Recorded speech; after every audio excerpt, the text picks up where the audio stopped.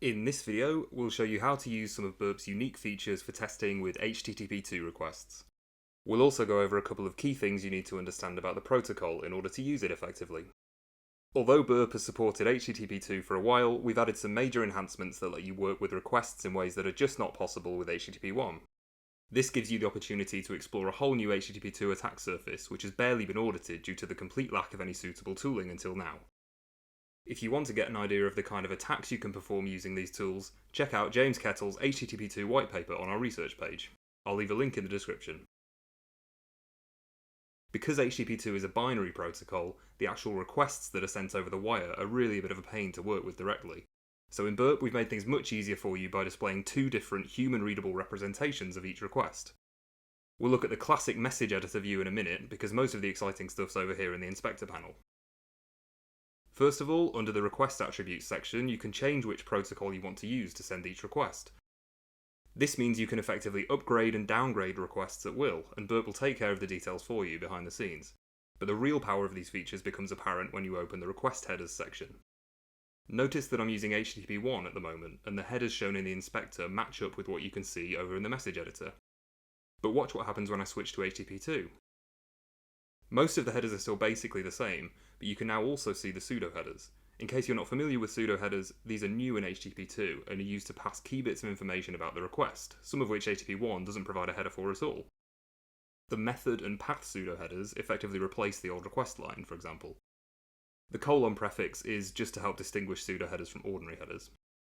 Other than the fact that we don't show you the binary itself, this is a very accurate view of what will be sent to the server. Crucially, any changes you make to the headers here in the inspector won't be normalised or cleaned up in any way by Burp, and you're not constrained by the limitations of any HTTP1 syntax.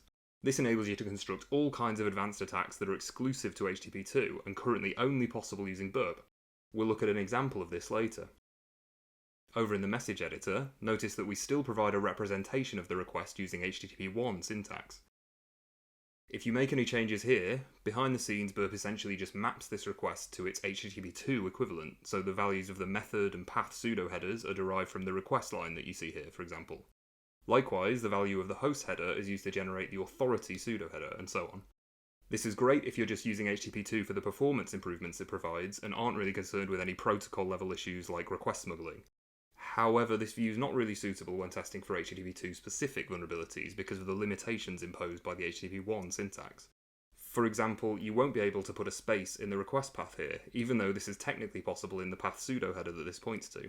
The editor also performs some lightweight normalization to ensure that valid HTTP1 requests don't result in invalid HTTP2 requests. For example, you may have noticed that we automatically lowercase the header names, as this is required by the HTTP2 spec. We also strip the connection header and prevent you from moving the host header for the same reason. We've surfaced this normalization in the editor to help you see what's happening behind the scenes, so when you send a request, you'll see this taking place. For this reason, we recommend using the inspector when you're making protocol level changes that are specific to HTTP2. This allows you to peel back that layer of abstraction and work more directly with the actual HTTP2 request underneath.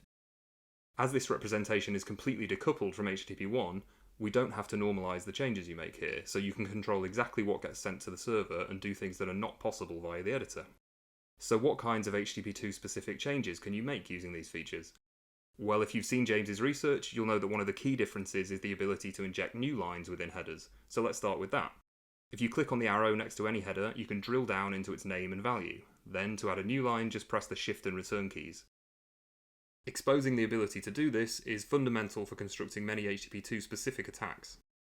When I apply the changes, notice that the headers in the message editor have disappeared. These have been replaced by a notification telling me that the request has been kettled. This is the term we've coined in honour of our infamous director of research to describe HTTP2 requests that can no longer be accurately represented using HTTP1 syntax, at least not without losing information. This doesn't necessarily mean that the request is invalid, that all depends on the server. It just means that in its current state you can only work with it using the inspector. In this case, I've added a new line inside a header value. Strictly speaking, this isn't allowed in HTTP2. However, because these characters have no special meaning for parsers like they do in HTTP1, it's technically possible to inject them, and some servers will just tolerate this. If we tried to write this using HTTP1 syntax, it would just look like two separate headers, even though it's not. This is the real power of the inspector. You can create and send HTTP2 requests that it's just not possible to represent in HTTP1. Using these features, you'll be able to find a number of bugs that are otherwise impossible to test for. Before we wrap up, I just want to point out that there are a few new repeater options that are specific to HTTP2 handling. You can find these on the repeater menu. I won't go over these in detail now, but you can refer to our documentation for more information. You can also change which protocol Burp uses by default from the project settings. If you deselect this checkbox, Burp will use HTTP1 unless you explicitly tell it to send an HTTP2 request using the toggle in the inspector. So that's a whistle-stop tour of Burp's HTTP2 features. Most of the time using HTTP2 will just make your attacks faster. But now that you can work with requests in a way that's decoupled from HTTP1 completely, there are new possibilities for protocol level attacks. Just make sure you use the right protocol for the situation.